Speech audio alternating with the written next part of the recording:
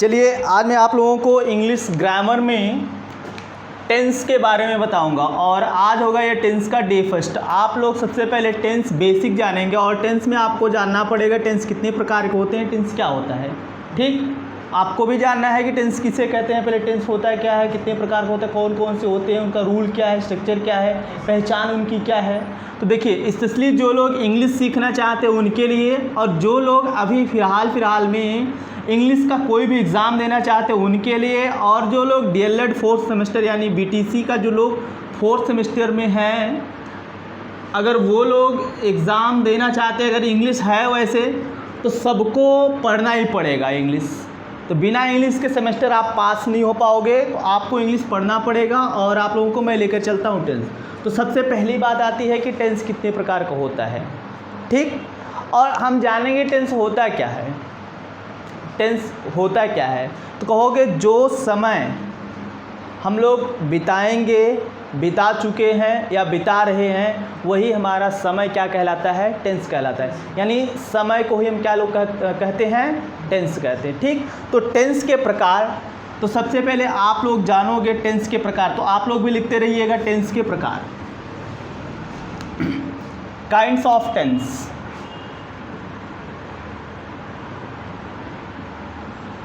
Kinds of tense. तो tense कितने प्रकार का होता है बोलते रहिए आप लोग। कौन कौन से? प्रेजेंट, पास्ट और फ्यूचर।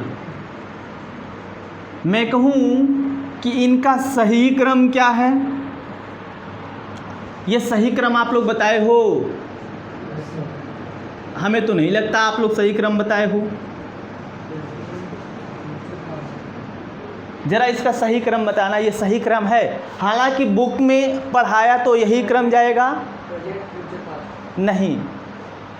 अच्छा, अभी आप लोग जो पढ़ रहे हो, अभी जो कर रहे हो, ये प्रेजेंट हुआ, लेकिन अभी जो इसके पहले करके आए हो वो पास्ट हो गया। तो सबसे पहले कौन सा आएगा? पास्ट आएगा ना। तो जो टेंस का सही सीक्वेंस होता है, टेंस का सही सीक्वेंस होता है पास्ट, प्रेजेंट, फिर इसके बाद फ्यूचर आता है। ठीक, कौन कौन है? पहले पास्ट आएगा, फिर प्रेजेंट आएगा, फिर फ्यूचर आएगा। लेकिन हम लोग जो सीखते हैं सबसे पहले प्रेजेंट का सीखते हैं। प्रेजेंट का इसलिए सीखते हैं, अगर प्रेजेंट का स्ट्रक्चर मैं सीख लिया तो आधा से ज़्यादा स्ट्रक्चर पास्ट और फ्यूचर में पूरा मिल जाएगा। क्लियर? तो सबसे पहले हम जानेंगे कि टेंस कितने प्रकार के, तो टेंस 3 प्रकार के। फिर इसके बाद ये कहा जाता है कि ये होता क्या है, हिंदी में इसको क्या बोलेंगे? वो ठीक है, टेंस को समय या काल बोलेंगे। प्रेजेंट मतलब क्या होता है? वर्तमान। वर्तमान मतलब क्या होता है? वर्तमान मतलब जो चल रहा है। और पास्ट का मतलब भूतकाल, जो बीत चुका हो या बीत गया हो। अगला भविष्य, देखो इसको भविष्य या भविष्य दोनों बोलते हैं। भविष्य काल या भविष्यत काल, जो आएगा या जो चलेगा। ठीक, जो आएगा या जो चलेगा या आने वाला। ठीक, ये आपको बेसिक चीज़ें पता है, बेसिक चीज़ें पता है। फिर बात आती है कि सभी काल के कितने पार्ट्स होते हैं, सभी काल्स के कितने, सभी टेंस के कितने पार्ट्स होते हैं। कहोगे सभी कालों के 4-4 भाग होते हैं। आप लोग अपनी कॉपी में नोट करिएगा, सभी कालों के 4-4 भाग होते हैं। सभी कालों के 4-4 भाग होते हैं।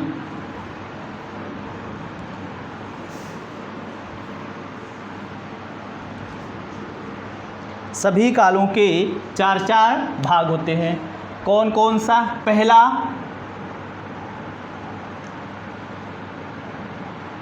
इंडेफिनिट। स्पेलिंग ध्यान दीजिएगा, सबसे बड़ी बात स्पेलिंग में है, INDEFINITE, इंडेफिनिट। दूसरा स्पेलिंग बोलिएगा, CON, इधर लिखता हूँ, बोलिए जरा, CONTINU। हाँ, ये जिसने बताया उसने सही बताया। ठीक, ये कॉन्टीन्यूस की स्पेलिंग है। ठीक, इसको इसका शुद्ध प्रोनाउंसिएशन क्या है? What is the correct pronunciation of this? इसका शुद्ध प्रोनाउंसिएशन क्या है? शुद्ध उच्चारण क्या है?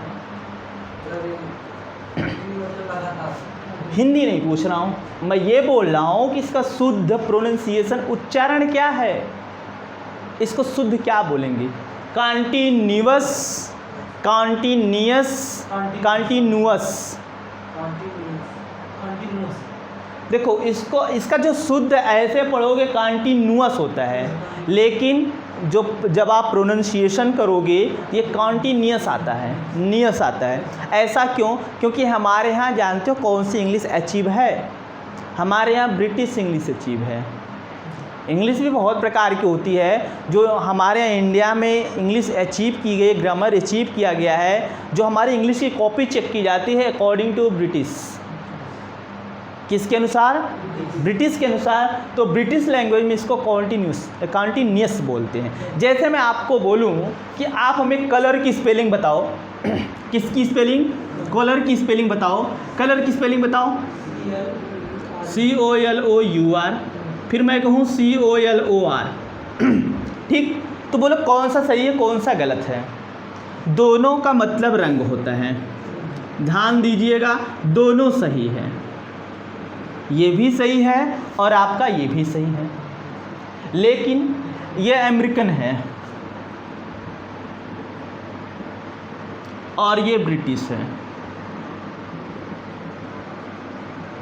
ठीक, तो हम लोग अगर हमारे ग्रामर या इंग्लिश में आ जाता है तो हम लोग इसको पिकअप करेंगे, ना कि इसको।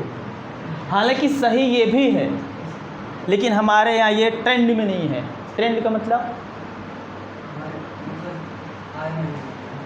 थोड़ा देखो, आप लोगों को मैं इंग्लिश पढ़ा रहा हूँ ना, इधर जो लोग ऑनलाइन भी पढ़ रहे हैं, थोड़ा सा वर्ड पावर को भी ध्यान दोगे। बिना वर्ड पावर जाने आप नहीं कर सकते। फैशन मतलब जानते हो? फैशन मतलब क्या होता है? What do you mean by fashion? आप फैशन से क्या समझते हैं? फैशन का शुद्ध हिंदी होता है प्रचलन। क्या होता है? तो ट्रेंड का मतलब भी होता है प्रचलन। तो फैशन और ट्रेंड बोथ आर ब्रदर, दोनों भाई हैं। क्या हैं? कौन कौन? फैशन, दूसरा ट्रेंड। जो स्पेलिंग आपको ना पता हो, अगर मैं बोल रहा हूँ आपको लगे ये नया है, उसको नोट करते चलिएगा। ट्रेंड। ठीक,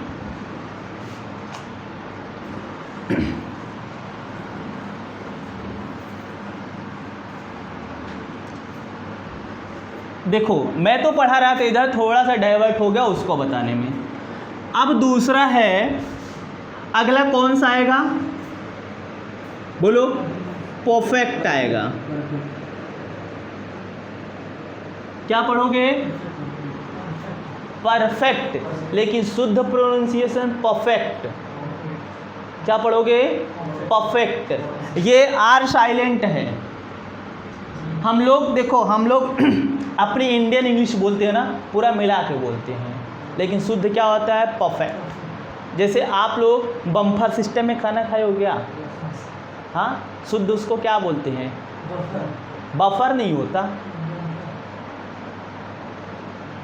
उसको बूफे बोलते हैं। क्या बोलते हैं? बूफे। और लिखा जाएगा बूफेट, और पढ़ते इसको केवल बूफे, जिसका मतलब होता है कुकुर भोज या खड़ा होके खाना खाना। यही तो करते हैं ना शादी विवाह में, अब यही ट्रेंड है। तो ठीक, तो वैसे इसका भी नाम क्या है? परफेक्ट। ठीक, शुद्ध पढ़ोगे तो परफेक्ट, नहीं तो वैसे परफेक्ट तो जानते ही जानते हो। दूसरा कौन सा आता है? Perfect continuous tense.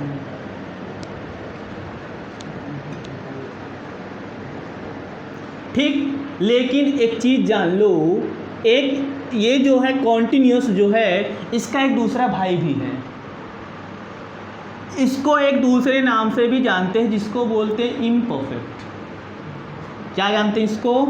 Imperfect. Clear? तो अब देखो, पहले ये जान लो, कोई चीज़ बना तो क्यों बनाओ, कहाँ से बना, पहले ये जानोगे। तो हमने ये बताया कि सभी काल के 4-4 भेद होते हैं, 4-4 भाग होते हैं। ये मैंने सामने लिख दिया। अभी मैं सबकी हिंदी लिखूँगा। तो पहले आता है इनडेफिनिट। पहले जानो इसका मतलब होगा क्या होगा और आया कहाँ से ये। तो आप जानते हो कोई चीज़ डेफिनिट के बारे में सुने हो क्या? डेफिनिट सुने हो? ये बहुत डेफिनिट ये होगा, डेफिनेटली ये होगा, निश्चित रूप से ये होगा। और डेफिनिट का अपोजिट है अनिश्चित, और इसी में आईएन लगा दिया गया। क्या लगा दिया गया? आईएन लगा दिया गया। ये क्या हो गया आपका? इनडेफिनिट। यानी ये बना इनडेफिनिट और इसका निर्माण कहाँ से हुआ है? डेफिनिट से। डेफिनिट का मतलब निश्चित क्या होता है? निश्चित। और इन का मतलब होता है आ। पहले सुनिए, आ मतलब होता है क्या? पहले हिंदी थोड़ा सा भी जानते रहेंगे। अनिश्चित होगा आपको पता है। तो हिंदी में कुछ नियम, कुछ रूल्स हैं। कहा जाता है किसी भी शब्द के पहले अगर आ लगा देते हो या तो नहीं का सेंस देता है या तो वह विपरीत का सेंस देता है। जैसे मैं कहूँ समान, समान, और अब उसके पहले लगाओ असमान, दोनों अपोजिट हुए कि नहीं? वैसे इंग्लिश में भी आ लगाने से या इन लगाने से क्या बनता है? अपोजिट बनता है। तो ये हो जाएगा अनिश्चित। क्या हो जाएगा? अनिश्चित। ये हो गया आपका क्या? अनिश्चित। ठीक। अब दूसरा है कंटिन्यू। ये जो कंटिन्यूअस बना है यह कंटिन्यू से बना है। कंटिन्यू, कंटिन्यू का मतलब लगातार, जो हमेशा चलता रहे। तो ये कंटिन्यूस जो बना है वो कहाँ से बना है? कंटिन्यूस से। कंटिन्यूस क्या बना है? कंटिन्यूस। अब कंटिन्यू का मतलब होता है चलना, रोकना नहीं। चलना रोकना नहीं मतलब ये लगातार चल रहा है। लगातार चल रहा है मतलब कोई काम कर रहा है और काम पूरा नहीं हुआ, अभी कंटिन्यू है, चल रहा है, कंटिन्यू है, पूर्ण नहीं हुआ है तो क्या है वो? अपूर्ण है। पूर्ण नहीं है तो क्या है वो? अपूर्ण है। इसलिए इसको बोला जाता है अपूर्ण। क्या बोला जाता है? अपूर्ण। और वही चीज़ देखो यहाँ से ब्रेक करो, आप इस इम्परफेक्ट को तोड़ो। पहले परफेक्ट का मतलब जानो।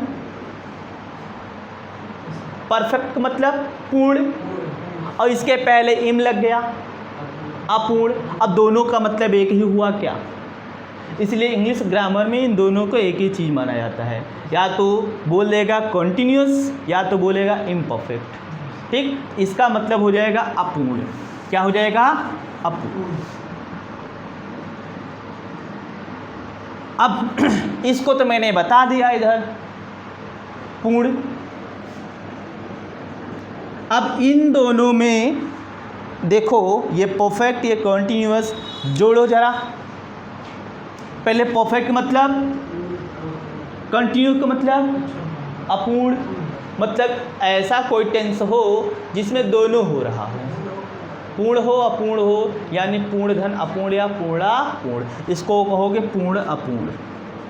क्या कहोगे? पूर्ण अपूर्ण।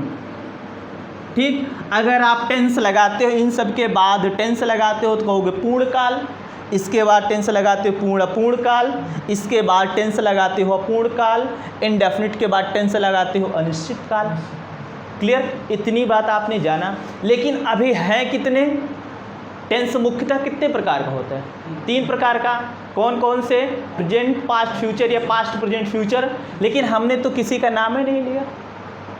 ये आपको करना पड़ेगा। देखो, एक बताऊंगा, बाकी आप अपने से लिखोगे। जैसे मैं कह दूं, मैं नाम लेता हूं पहले प्रेजेंट का। क्या ले लूं? प्रेजेंट का। तो अगर आप प्रेजेंट लेते हो, इसको पढ़ोगे कैसे? प्रेजेंट इंडेफिनिट टेंस, टेंस लगा लेना। ठीक। प्रेजेंट कॉन्टिन्यूअस टेंस या प्रेजेंट इम्परफेक्ट टेंस। अगला प्रेजेंट परफेक्ट टेंस, और अगला present perfect continuous tense. Clear? इसके बाद बचा कौन? पास्ट। कौन बचा? पास्ट। तो क्या बोलोगे? Past indefinite tense, past continuous tense, past perfect tense, past perfect continuous tense. इसी प्रकार फ्यूचर, क्या पढ़ोगे? Future indefinite, future continuous, future perfect, future perfect continuous पढ़ ले जाओगे। तो केवल इतना लिखना है, बाकी ये सब अपने से बना सकते हो। नोट करिएगा आप लोग, और ऑनलाइन वाले भाई लोग भी, आप लोग भी नोट कर लीजिएगा। अगर आप लोग डीएलएड सेमेस्टर का एग्ज़ाम देना चाहते हो, 4th सेमेस्टर और 2nd सेमेस्टर में अगर इंग्लिश है तो आप पहले टेंस को पढ़ लो, ठीक। नोट करिए, फिर आगे लेकर चलते हैं।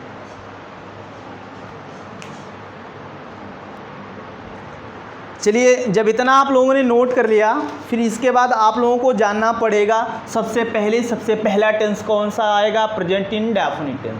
तो अपनी कॉपी में आप लोग लिखिएगा प्रेजेंट इंडेफिनिट टेंस, वर्तमान अनिश्चित काल।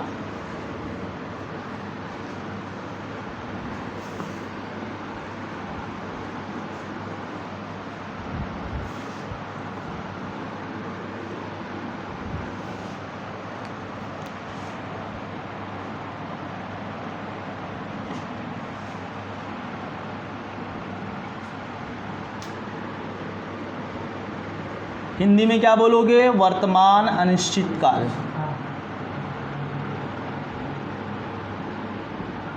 देखो, ये सबको पता है, इसकी पहचान आप सबको पता है। तो सबसे पहला पॉइंट इसमें इसकी आइडेंटिफिकेशन आती है, पहचान आती है। क्या आती है? आइडेंटिफिकेशन, पहचान। जो लोग हिंदी मीडियम से पढ़ते हैं, स्पेशली हिंदी मीडियम वालों के लिए दिक्कत होता है कि उन्हीं को पहचानना पड़ता है।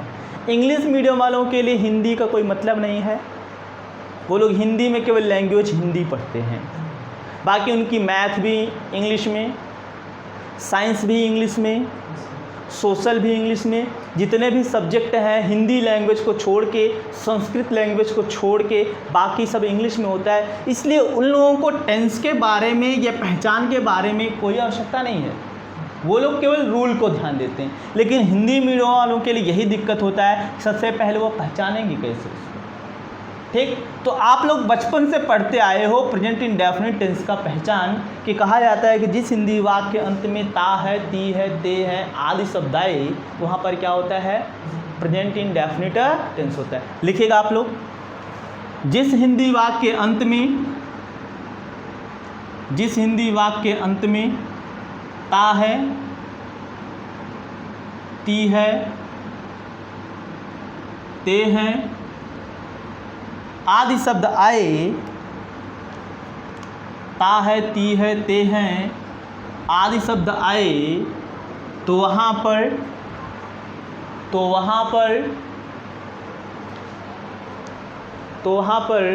प्रेजेंट इंडेफिनिट टेंस होता है। तो वहाँ पर प्रेजेंट इंडेफिनिट टेंस होता है।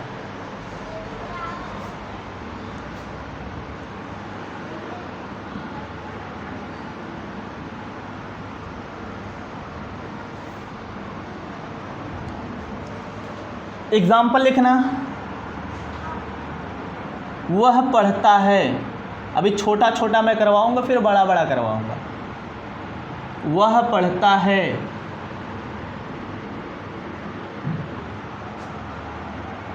तुम नाचते हो,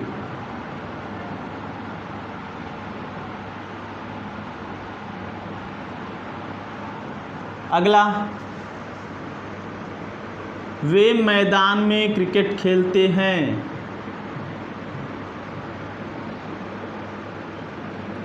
वे मैदान में क्रिकेट खेलते हैं। अगला, पक्षियाँ सुबह चहचहाती हैं।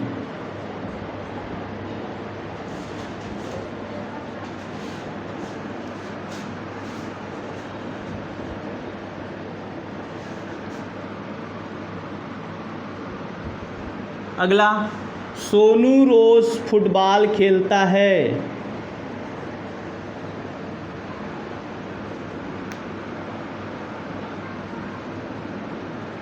सोनू रोज फुटबॉल खेलता है। अभी मेनी मोर एग्जाम्पल्स हैं, बहुत सारे एग्जाम्पल्स हैं, बस इतना ही नोट करना है, बस ये समझने के लिए है, ठीक। अब देखो कि आइडेंटिफिकेशन, जैसे हिंदी मीडियम वाले हैं उनको समझना पड़ता है यार टेंस कौन सा है, तो बताते हैं कि जिस हिंदी वाक्य के अंत में ता है, ती है, ते हैं। अब देखो ता है आया है, ते है आया है, ते है आया, ती है, फिर यही ता ती ते आया है और उनके साथ है लगा है। ये कौन सा टेंस हुआ? प्रेजेंट इंडेफिनिट टेंस हुआ। कौन सा टेंस हुआ? Present indefinite. ये तो आपने पहचान लिया। अभी आपने केवल हिंदी में पहचाना है कि ये वाला टेंस होता है, लेकिन उसको ट्रांसलेट कैसे करोगे? उसको ट्रांसलेट कैसे करोगे? जैसे ही ट्रांसलेट की बात आएगी तो कहा जाता है कि इसमें भी 4 प्रकार के सेंटेंस आते हैं। कितने प्रकार के? 4 प्रकार के सेंटेंस आते हैं। पहला आता है affirmative, negative, interrogative, interrogative second, मिला के 5 तो, लेकिन मेनली 4 होता है। इसमें भी हम क्या करेंगे? सबसे पहले हेडिंग लगाएंगे अफर्मेटिव सेंटेंस। क्या लगाएंगे? Affirmative sentence.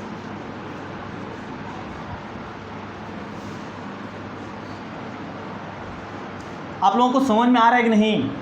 बोलते रहिएगा, नहीं समझ में आया तो बोल दीजिएगा। पहला जो होगा वो होगा प्रेजेंट इंडेफिनिट का अफर्मेटिव सेंटेंस। अफर्मेटिव सेंटेंस, ठीक। अब देखो, नोट कर लो, फिर इसको देखो ये वाला भी कहाँ से बना और इसका मतलब क्या होता है, कैसे आप इसको समझोगे, ठीक।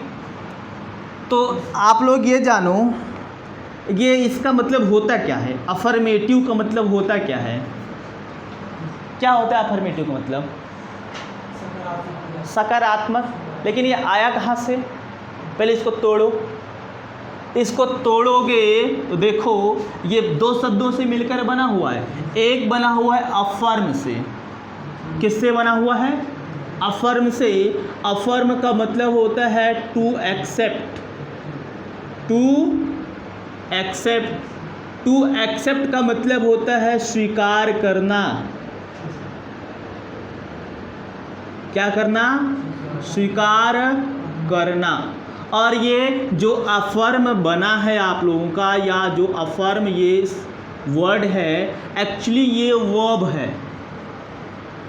क्या है? वर्ब नहीं भाई, वर्ब हम लोग गलत सलत पढ़ते हैं, इसको पढ़ते हैं वर्ब। शुद्ध प्रोनाउंसिएशन इसका वर्ब है, वर्ब।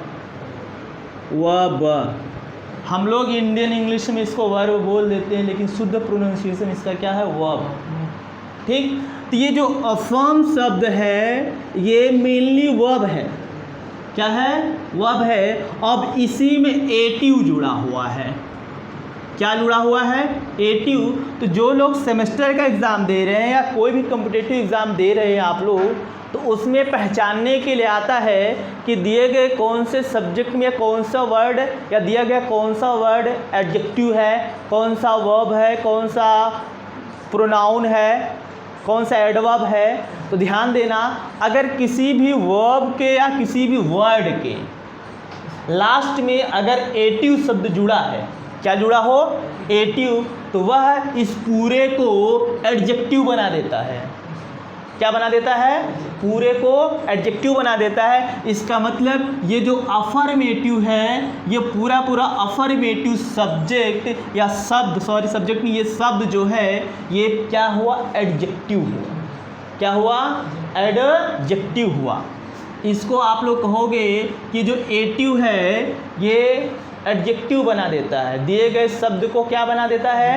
एडजेक्टिव बना देता है। कौन? एटिव। इतनी बात समझ में आई? ये अफर्मेटिव का मतलब क्या हुआ? अब देखो इसका मतलब स्वीकार करना, ये तो आपका वर्ब था। अब इसी में एडजेक्टिव बना, ये बन के आता है स्वीकारात्मक।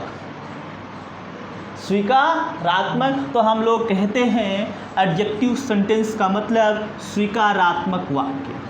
क्या होता है? स्वीकारात्मक वाक्य, ठीक। तो हिंदी में लिखोगे स्वीकारात्मक वाक्य या सकारात्मक वाक्य।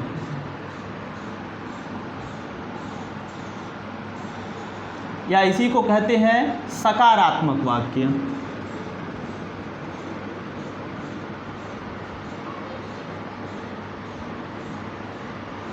स्वीकारात्मक वाक्य या सकारात्मक वाक्य। इसमें क्या होता है, अगर इसकी पहचान आपसे कोई बाय द वे पूछ ले, कोई पूछ ले भाई इसका डेफिनीशन बताओ, इसकी पहचान बताओ, तो क्या बोलोगे? जहाँ पर किसी वाक्य को स्वीकार किया जाए, किसी वाक्य को स्वीकार किया जाए या किसी बात को स्वीकार किया जाए, वहाँ पर कौन सा सेंटेंस होता है? Affirmative sentence. इतनी बात समझ में आई? ये आपने जान लिया कि अफर्मेटिव का मतलब क्या हुआ। अब हमें जानना पड़ेगा इसका स्ट्रक्चर। क्या जानना पड़ेगा? स्ट्रक्चर। तो अब जान लो कि अगर कोई भी आप सेंटेंस लिखते हो, क्या लिखते हो? कोई भी सेंटेंस लिखते हो तो मेनली उसमें 3 चीज़ पाया जाता है। कोई भी अगर आप सेंटेंस लिखते हो उसमें मेनली 3 चीज़ पाया जाता है। कौन कौन सा? एक होगा आपका सब्जेक्ट, दूसरा आपका वर्ब होगा, तीसरा आपका ऑब्जेक्ट होगा। पहले ये 3 चीज़ तो जान लो। कोई भी सेंटेंस, कोई भी वाक्य लिखोगे तो बिना इनके नहीं लिख पाओगे। ठीक, अभी मैं बता रहा हूँ, अफर्मेटिव का स्ट्रक्चर बता रहा हूँ कि क्या होगा, लेकिन उससे पहले हमको ये जानना पड़ेगा सब्जेक्ट क्या होता है, वर्ब क्या होता है, ऑब्जेक्ट क्या होता है। तो आप लोग हमें बताओ कि सब्जेक्ट किसे कहते हैं, सब्जेक्ट की डेफिनीशन, या सब्जेक्ट को कैसे समझोगे? सब्जेक्ट क्या होता है? कौन सा सब्जेक्ट होता है?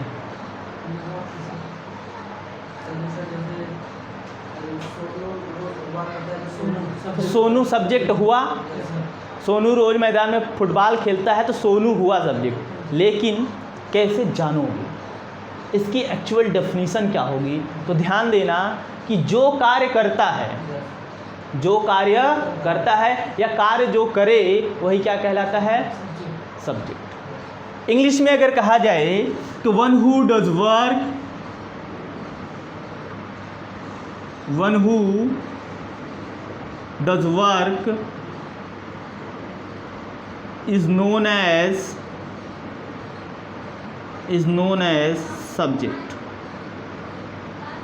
जो कार्य करे वही क्या कहलाता है? कर्ता कहलाता है। इसको हिंदी में बोलते हैं कर्ता। ठीक, इसके बाद वर्ब आता है, क्रिया। क्या आता है? क्रिया आता है। तो क्रिया क्या होता है? कर्ता के द्वारा जो कार्य किया जाए वही क्या कहलाता है?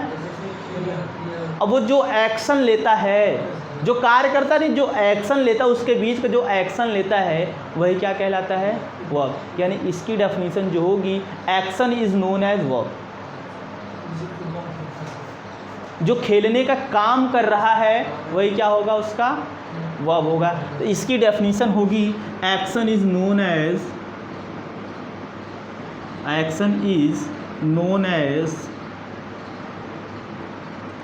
वर्ब। ठीक, ऑब्जेक्ट, ऑब्जेक्ट कर्म। तो कर्म क्या होता है? कर्ता के द्वारा किया गया कार्य। कर्ता के द्वारा किया गया कार्य क्या कहलाता है? कर्म कहलाता है। कहोगे work done by subject, work done by subject,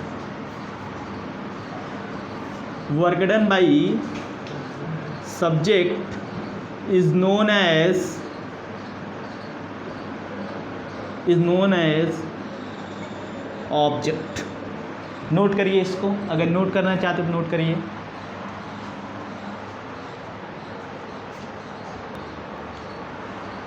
जब आप लोगों को इतनी बात समझ में आ गई तो देखो, हम लोग पढ़ रहे थे प्रेजेंट इंडेफिनिट टेंस का जो है अफर्मेटिव सेंटेंस। क्या पढ़ रहे थे? Affirmative sentence. तो हमें जानना पड़ेगा उसका स्ट्रक्चर, हमें उसका स्ट्रक्चर जानना पड़ेगा। हालांकि बीच बीच में जो चीज़ें आ रही मैं आप लोगों को बता दे रहा हूँ, लेकिन एक्चुअली हम पढ़ क्या रहे हैं?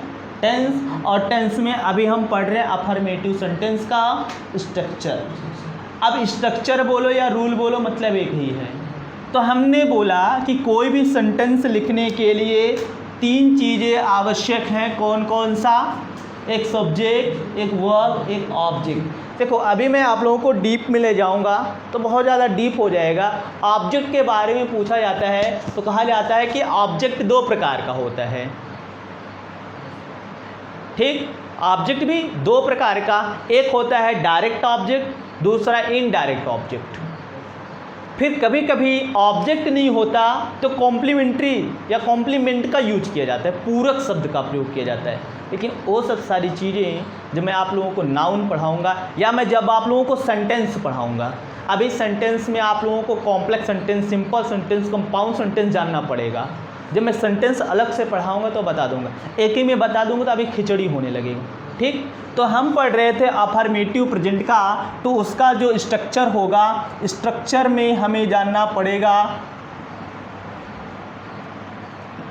स्ट्रक्चर जो इसका होगा, कहा जाता है कि सबसे पहले सब्जेक्ट आएगा, ठीक, इसके बाद वर्ब का फर्स्ट फॉर्म, ये V1 का मतलब वर्ब का फर्स्ट फॉर्म प्लस यस या ES plus object plus other word. कभी कभी सेंटेंस में अदर वर्ड भी जुड़ा होता है, सुबह से शाम से 2 घंटे से 5 लोग रोज़, ऐसा कोई शब्द आता है ना, मैदान में, ये सब आता है ना सब, तो वो सब अदर वर्ड में आते हैं। तो ये मेन इसका जो स्ट्रक्चर है वो यही है, ठीक। लेकिन वाली बात आ गई इसमें। लेकिन आप ये जानोगे कि कब हम यस लगाएंगे, कब यस या यस लगाएंगे, कब यस या यस नहीं लगाएंगे। पहले तो ये जानना पड़ेगा कि कब कब हम यस या यस लगाएंगे, कब कब नहीं। तो ध्यान देना, पहले ध्यान समझ लेना। कहोगे कि अगर हमारा सब्जेक्ट, क्या हमारा सब्जेक्ट अगर ये सिंगुलर फॉर्म में हुआ, किस फॉर्म में हुआ, सिंगुलर फॉर्म में हुआ, तब हम वर्ब में यस या ईएस का प्रयोग करेंगे। तब हम वर्ब में यस या ईएस का प्रयोग करेंगे। कब? जब हमारा सब्जेक्ट क्या होगा, सिंगुलर होगा।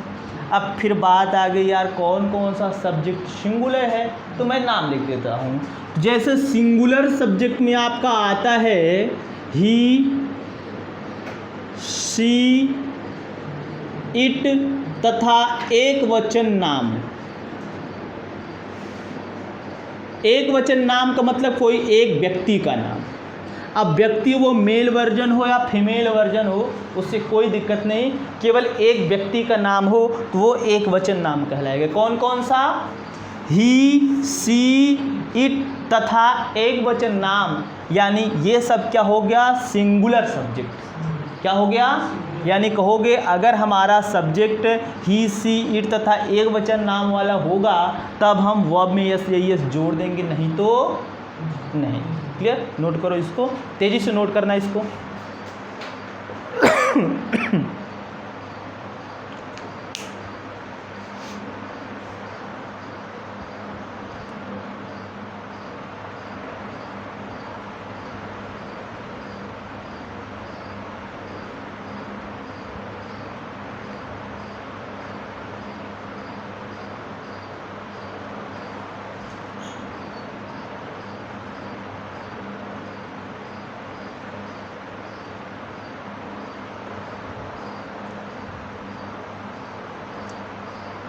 और जो लोग सेमेस्टर वाले हैं वो लोग पूरा इसको कायदे से पढ़ लेंगे, क्योंकि 4th सेमेस्टर में डीएलएड या बीटीसी के 4th सेमेस्टर में बैक बहुत तेज लगता है। और बैक लगता किस में मैं आपको बता दूं, मैथ और इंग्लिश में लगता है बैक।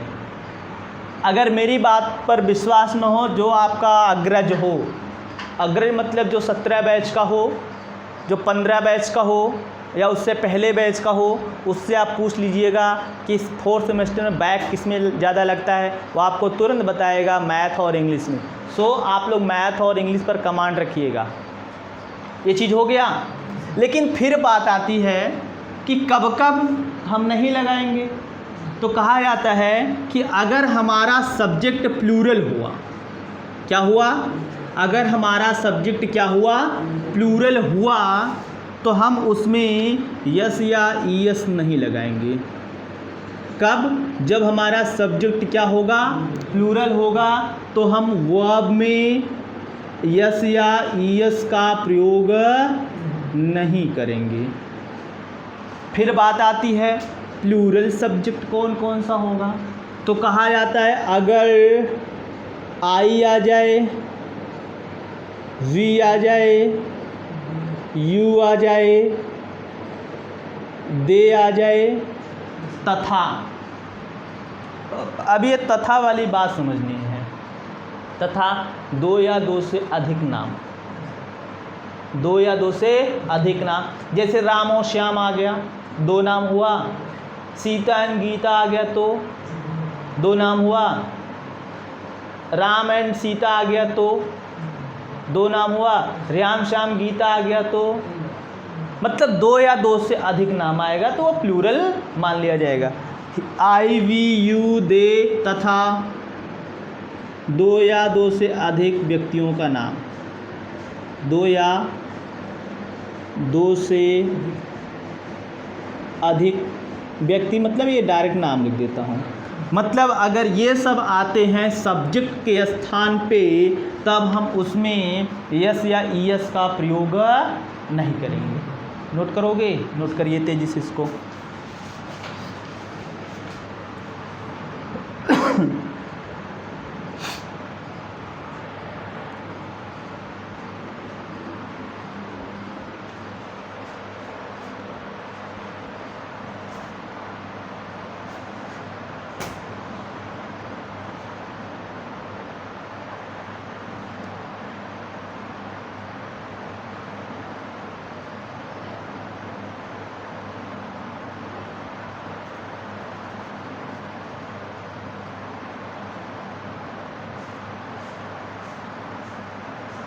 हो गया। लेकिन यहीं फिर एक अपवाद आता है। अगर आप सही से पढ़ते हो तो आपके मन में एक सवाल उठना चाहिए। इधर देखना, नोट हो गया कि नहीं? आपके मन में एक सवाल उठना चाहिए। सवाल क्या उठेगा मैं बता रहा हूँ। आप लोग ये पूछ सकते हो हमसे कि अगर हमारा सब्जेक्ट सिंगुलर है, क्या है? अगर हमारा सब्जेक्ट सिंगुलर है तो मैं कह रहा हूँ कि वर्ब के फर्स्ट फॉर्म में यस या ईएस लगेगा। क्या लगेगा? यस या ईएस लगेगा। तो तुरंत सवाल यही बनता है कि कहाँ यस लगाओगे, कहाँ ईएस लगाओगे। ये भी तो ग्रामर आप पढ़ रहे हो, तो आपको ये भी तो जानना है कहाँ कहाँ हम यस लगाएंगे, कहाँ कहाँ ईएस लगाएंगे। ये बात भी आता है। तो यहीं से एक एक्सेप्शन, अपवाद या एक अलग से रूल आता है, उसको लिखना पड़ेगा। ठीक, तो एक ऐसे ही नोट पॉइंट करके लिख लोगे, नोट पॉइंट करके लिखोगे। ध्यान से देखना, मैं लिखवा रहा हूँ। कहोगे अगर हमारा वर्ब, इधर अभी देख लो, हेलो देख लो फिर लिखना। कहोगे यदि वर्ब के अंत में, यदि वर्ब के अंत में, ध्यान समझना, यदि वर्ब के अंत में S, double S, S H, C H, X, Z, O आ जाए। क्या क्या बोला हमने? अगर हमारे वर्ब के अंत में S, double S, S H, C H, X, Z, O आ जाए, तब हम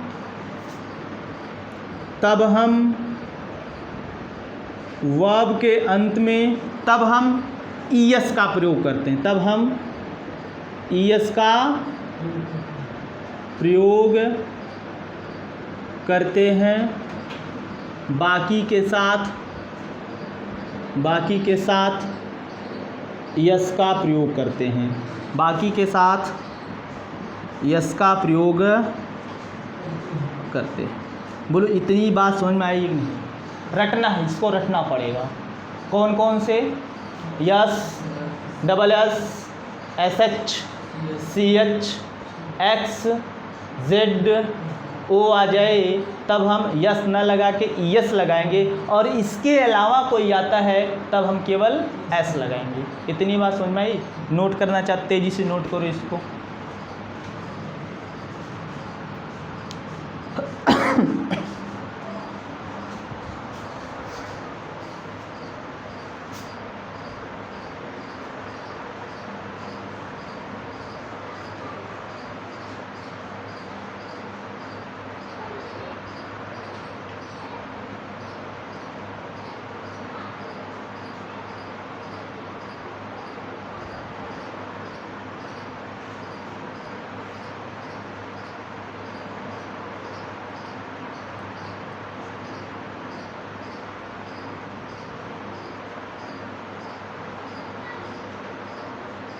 हो गया भाई।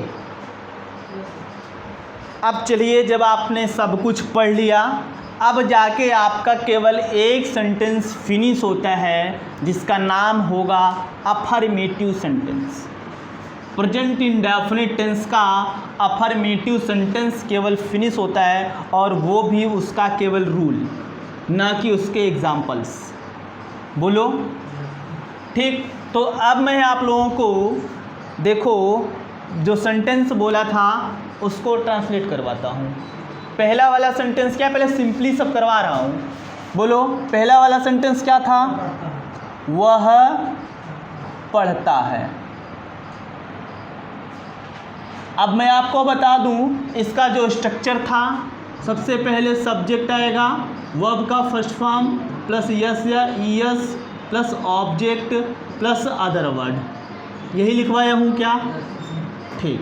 तो सबसे पहले ढूंढोगे कि मेरा सब्जेक्ट किधर है, और सब्जेक्ट हमने बताया जो काम करे। तो कौन काम कर रहा है पढ़ने का? वह। तो वह की अंग्रेजी वह। अब दो प्रकार का, जितनी चीज़ें मैं बीच बीच में बता रहा हूँ, देखो तुमको प्रेजेंट टेंस तक ना थोड़ा सा लंबा खींच के जाएगा। अगर तुम प्रेजेंट टेंस पूरा सीख लेते हो तो पास्ट और फ्यूचर में कुछ नहीं है, केवल रूल बदलेगा, थोड़ा सा हेल्पिंग वर्ब बदलेगा, बस। बाकी तुम ऐसे ही करोगे, लेकिन सीखना सब इधर ही है। जो पहली, दूसरी, तीसरी, चौथी क्लास होती है, मोस्ट इंपॉर्टेंट क्लास होती है, बेसिक चीज़ उसी में बताया जाता है। तो जो वह आया, तो वह की दो अंग्रेजी, एक ही होता है, एक शी होता है। ही जो होता है ये मेल के लिए होता है, और सी जो होता है वो फीमेल के लिए होता है। ठीक। तो यहाँ सेंटेंस पढ़ने से क्या पता चलता है? जो पढ़ना, ये जो वह पढ़ता है, मेल है फीमेल? मेल। देखो इसकी फीलिंग को समझो, कौन है? मेल है, तो मेल के लिए क्या लगाओगे? ही। अब ये सब्जेक्ट हो गया, वर्ब लिखोगे। वर्ब क्या है? पढ़ने का। रीड मतलब पढ़ना होता है। अब ये फर्स्ट फॉर्म भी यही है, सेकंड फॉर्म भी यही है, थर्ड फॉर्म भी यही है, याद रखना। ये रीड। देखो ये फर्स्ट फॉर्म, सेकंड फॉर्म और थर्ड फॉर्म तीनों एक ही है, लेकिन पढ़ोगे ना प्रोनाउंसिएशन बदल जाएगा। इसको क्या पढ़ोगे? इसको रीड, इसको गलत पढ़ रहे हो, इसको रीड रेड पढ़ोगे। भले ही वही है, लेकिन जैसे ही आप रेड पढ़ोगे तो ये समझ में आता है ये सेकंड फॉर्म है या फर्स्ट फॉर्म है। अंतर, डिफरेंस बताने के लिए इसके प्रोनाउंसिएशन को बदला गया है। ठीक। ये हो जाएगा ही, रीड। अब ही एक वचन है कि बहुवचन है?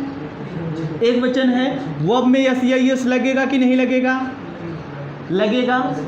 और यस लगेगा, यस लगेगा, केवल यस लगेगा। अभी रूल के अकॉर्डिंग मैंने आपको बताया हुआ है ऐसा क्यों होता है। दूसरा वाला क्या है? दूसरा बोलो। तुम नाचते हो।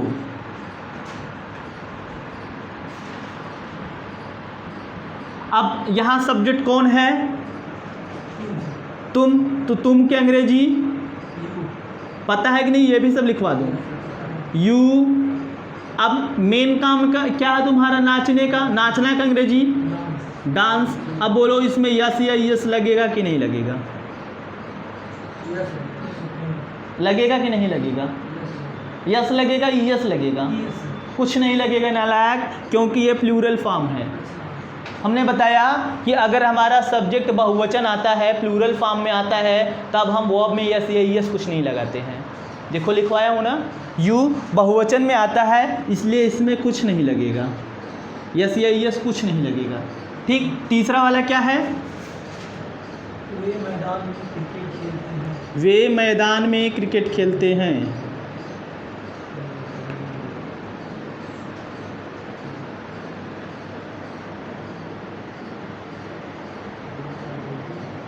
ठीक। अब बताओ इसमें सब्जेक्ट कौन है?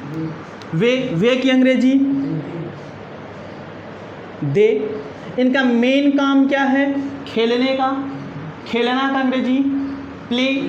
तो दे प्ले। सब्जेक्ट के बाद वर्ब का फर्स्ट फॉर्म लगाए हो, सब्जेक्ट के बाद वर्ब का फर्स्ट फॉर्म, इसके बाद यस या यस की बात आई, तो बोलो इसमें यस या यस लगेगा कि नहीं लगेगा? नहीं लगेगा। क्यों नहीं लगेगा? क्योंकि जो मेरा सब्जेक्ट है ये प्लूरल फॉर्म में है। दे प्ले, क्या प्ले करते हैं, क्या खेलते हैं। देखो यहाँ सब्जेक्ट लिखने के बाद सेंस लगाना क्या, तभी वो लिखना। वे खेलते हैं, क्या खेलते हैं? क्रिकेट। They play cricket. कहाँ खेलते हैं? In the field.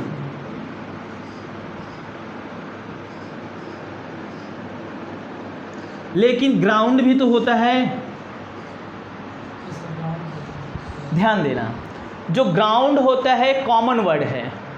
ग्राउंड कहीं भी खेलने वाला स्थान भी, ना खेलने वाला भी स्थान भी ग्राउंड होता है। लेकिन स्पेशली जो खेल का मैदान होता है उसके लिए क्या लगाते हैं? फील्ड लगाते हैं। अब फील्ड के लिए फिर कॉन्ट्राडिक्शन आता है, खेत को भी फील्ड बोलते हैं। तो अलग अलग कोलोकेशन है। अभी सारा चीज़ एक ही दिन बता दूंगा तो उल्टी होने लगेगी, बुखार आने लगेगा। ठीक, इसको नोट करो, फिर अगला बताता हूँ।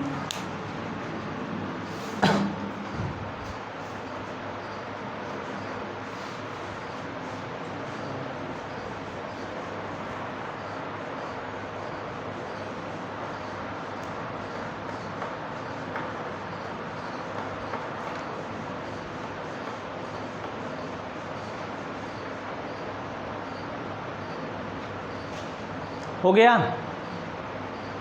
दिक्कत हो जिसको वो पूछ लेगा, और ऑनलाइन वाले में कमेंट सेक्शन में कमेंट कर देंगे। इरेज करूँ इसको। अगला सेंटेंस कौन सा है?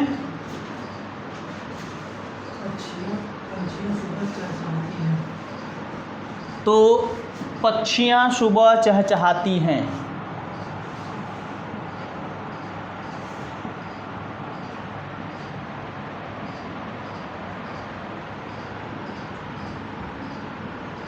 सुबह चहचहाती हैं।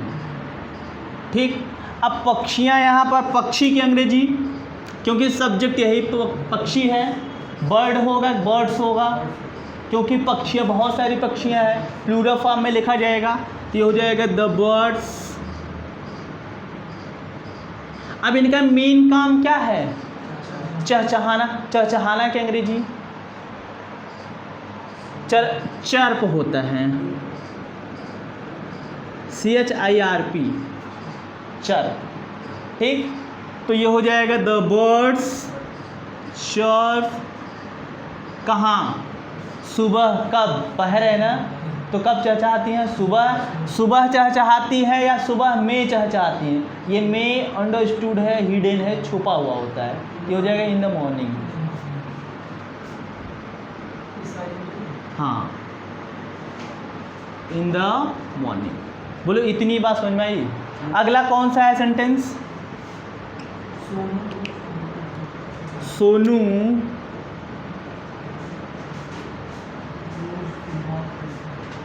रोज फुटबॉल खेलता है। तो सबसे पहले क्या लिखोगे? सोनू। तो सोनू का मेन काम क्या है? खेलना। प्ले मतलब खेलना होता है। अब यस या यस लगेगा कि नहीं लगेगा? यस या यस लगेगा कि नहीं लगेगा? लगेगा, क्योंकि सोनू सिंगुलर है। मैंने लिखवाया हुआ है कि ही, सी, इट तथा एक वचन नाम। तो सोनू एक वचन है, एक ही व्यक्ति का नाम है ना, तो यस या यस लगेगा इसमें। अब बोलो इसमें यस लगेगा कि यस लगेगा?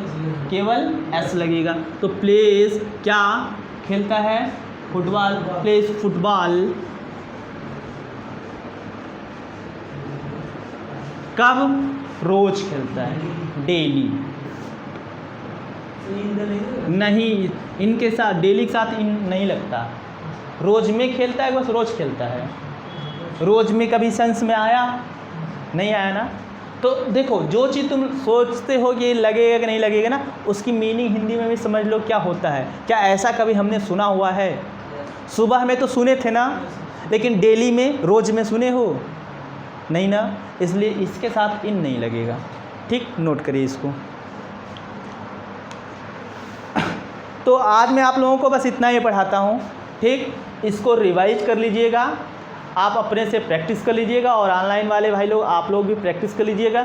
अभी ये बेसिक क्लास है, अभी कल जो डे 2 होगा उसमें भी थोड़ा सा बेसिक रह गया। थोड़ा सा बेसिक करवाने के बाद आप लोगों को negative, interrogative, first, second, interrogative, negative सब एक ही दिन में क्लियर करवा दिया जाएगा। ठीक, तो आज के लिए बस इतना ही। Okay, thank you.